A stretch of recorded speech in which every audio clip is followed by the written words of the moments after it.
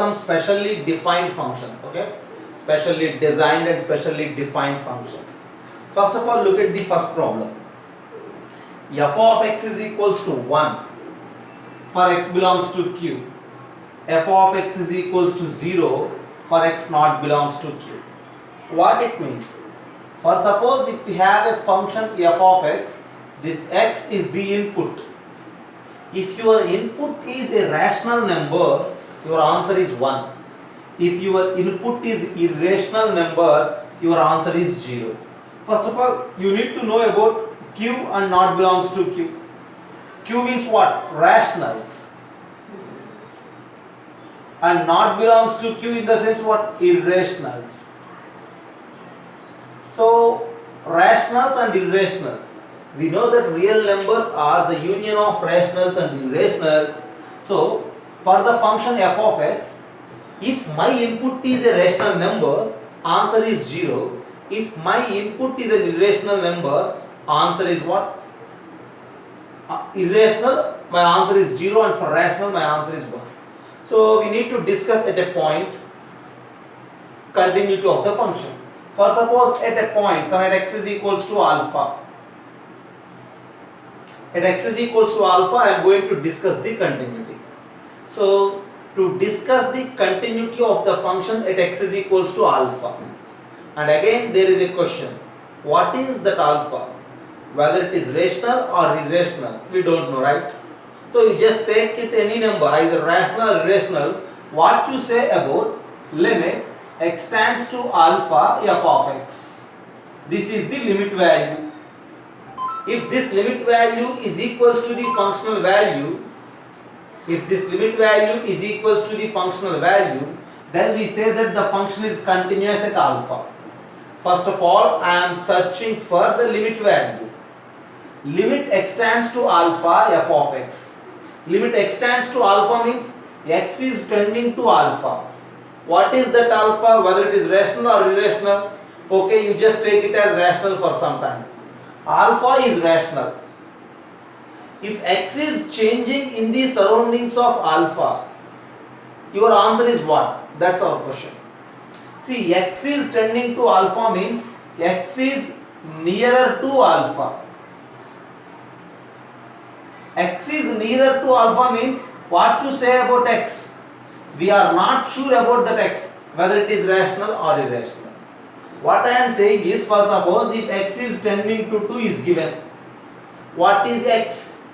X is very near to 2. Some people may call it as 1.999999, and some people may consider it as 1.99864. See, any number, just as you wish, just write whatever you want. 1.99 like that. See, this is neither terminating nor repeating decimal, and that is irrational number. This is a repeating decimal, that is rational number. So, as x is tending to 2 or x is tending to 2 minus, the value of x sometimes may be rational, sometimes may be irrational. We don't have any barrier, we don't have any parameter to differentiate rational and irrational.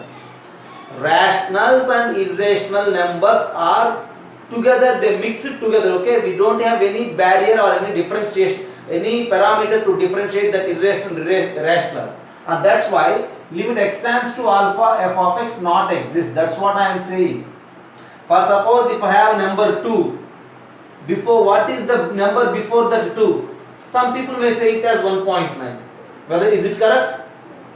No. Some people may call that 1.99 is the number which is exact, which is before the 2. Is it correct?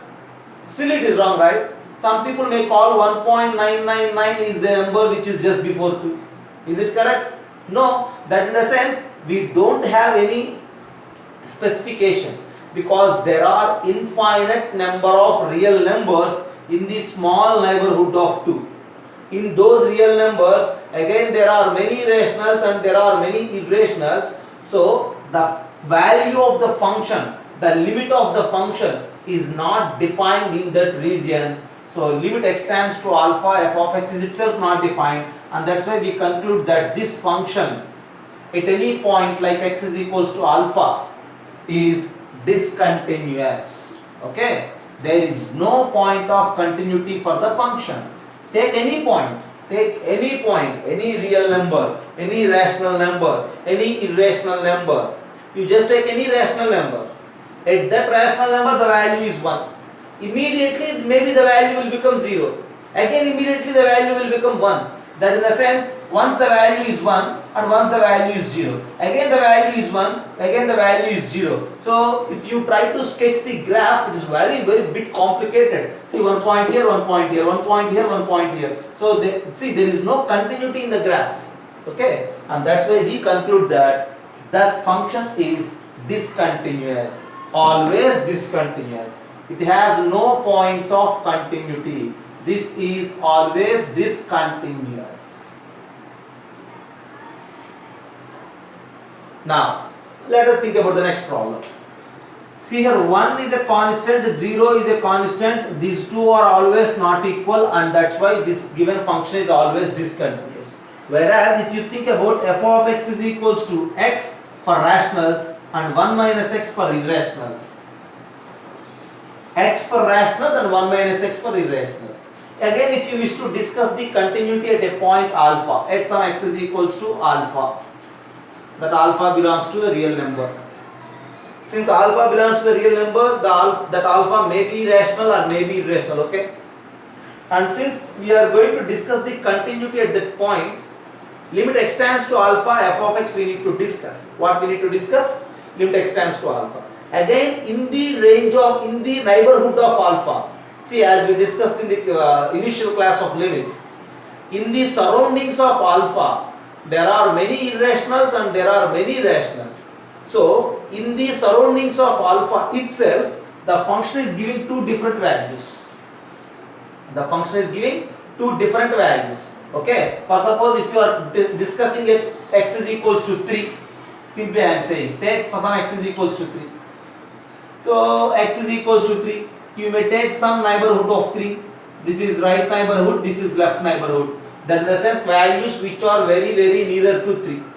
So in these values sometimes, see what is the next number for 3? There is no exactness, right? It may be rational, it may be irrational. If it is rational, the value is 3. If it is irrational, the value is 1 minus 3. Who knows it? Nobody know about the rational and irrational numbers. Okay, they mix it together. Okay, they mix it together. We don't know a number whether it is rational or irrational immediately after that 3. That's why the limit also not exist. But there is one value.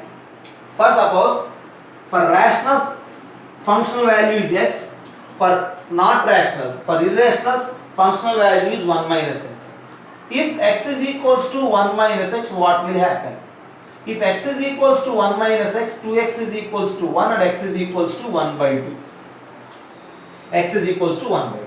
So, these two are equal at x is equals to 1 by 2. So, at x is equals to 1 by 2 if you discuss, at x is equals to 1 by 2 if you discuss, a number which is very nearer to 1 by 2, if it is rational, go with the first definition, your answer is 1 by 2.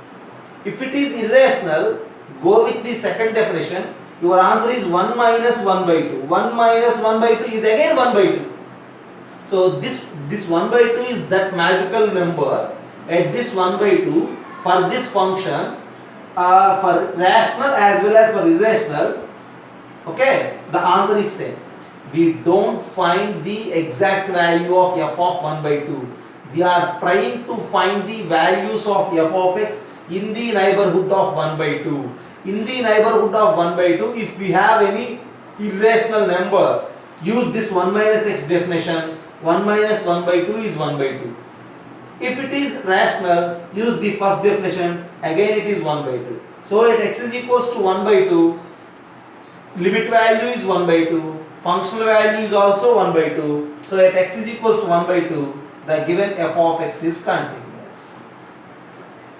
So finally what we will conclude? This function is continuous only at x is equals to 1 by 2. At all other numbers the function is discontinuous. just to analyze the function, just to discuss with you. I am giving different examples and different analysis and explanation. But simply say, if we have a function of this format, to check whether it is continuous or discontinuous, you need to observe first whenever these two are equal. These two are never equal, and that's why the function is never continuous, always discontinuous. And again the same type of function, you just think about these two numbers whenever they are equal. These two are equal at x is equals to 1 by 2. So the function is continuous at x is equals to 1 by 2 and discontinuous at all other numbers. And I will give you one more problem related to this, okay? First of all, have a look, and if you have doubts, raise your hand. So again we need to discuss the continuity of the functions. Now just go directly. So f of x has different definitions for rational x and for irrational x. This function is continuous at the point where these two are equal. Okay, so this is continuous whenever it is continuous at 2x is equals to x minus 2. Whenever these two are equal, then at those points the function is continuous. 2x is equals to x minus 2 means x is equals to minus 2. So the problem is clear. So the function, first function is continuous at x is equals to minus 2 and discontinuous for all remaining x. Discontinuous for all x belongs to the real numbers minus 2. Except this point, at all other points the function is discontinuous. That's it. Same type of function. F of x is equals to x minus 1 for x belongs to q, and f of x is equals to x square minus 4x plus 5 for x not belongs to q. So now you just consider whenever these two are equal. X minus 1 is equals to x square minus 4x plus 5. Send everything aside. You will get that x square minus 5x plus 6 is equals to 0, which is simply x is equals to 2 comma 3, x minus 2 into x minus 3. So these two are equal at x is equals to 2 and x is equals to 3. So therefore we say that this function is continuous at x is equals to 2 comma 3 and discontinuous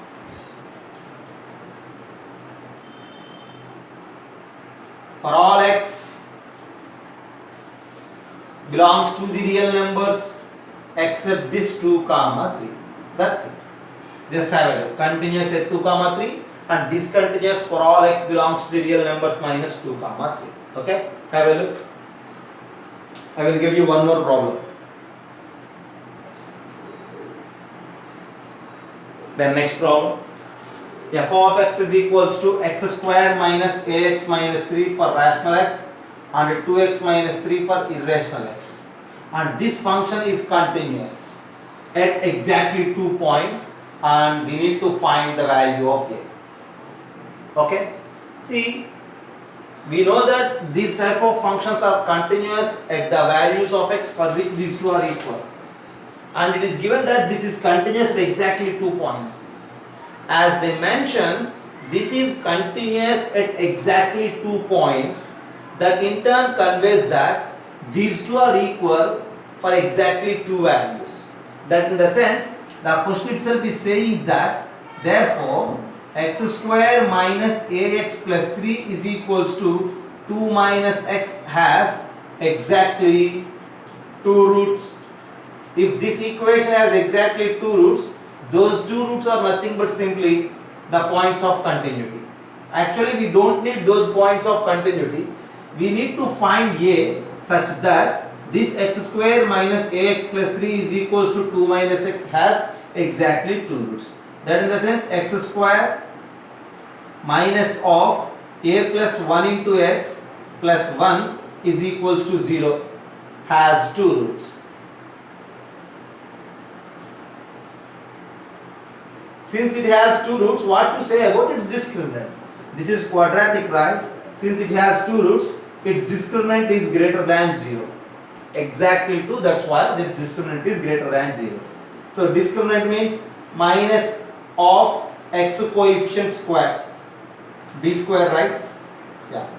Minus of a plus 1 whole square minus 4 into 1 greater than 0. We need to find the values of a from this. Okay. So a plus 1 whole square. So a plus 1 whole square mean what? That implies a square plus 2a plus 1 minus 4 greater than 0. A square plus 2a minus 3 greater than 0. So a square plus 2a minus 3 greater than 0. What you say about it? This is simply nothing but a plus 3 into a minus 1 greater than 0. Is there anything wrong? A square plus 3a minus a, 2a minus 3. A plus 3 into a minus 1 greater than 0. So product of two linear factors is greater than 0 if that a or x is either side of the zeros of this. So that implies a less than minus 3 or a greater than 1. So a belongs to minus infinity to minus 3 union 1 to infinity. That's your answer at the end. Once again have a look, I will explain for you. The problem is saying that the given f of x has exactly 2 points of continuity, and this function is continuous at the points where these two are equal. We know the points of continuity happens at where these two are equal, and they are giving that it has exactly 2 points of continuity. As a conclusion, this equation x square minus ax plus 3 is equals to 2 minus x has exactly 2 roots. Since it has 2 roots, its discriminant is greater than 0. Just by apply the discriminant b square minus 4ac and say it as greater than 0, at the end your values of a are either less than minus 3 or greater than 1. Okay, have a look. Just look there, actually I did a small mistake here. If you send this minus x, this side becomes plus x, and if you common out minus, it will become minus. Okay, since there is a small calculating mistake, you just change the question itself. If it is 2 plus x, you need to take here 2 plus x, and now the problem is okay. Have a look.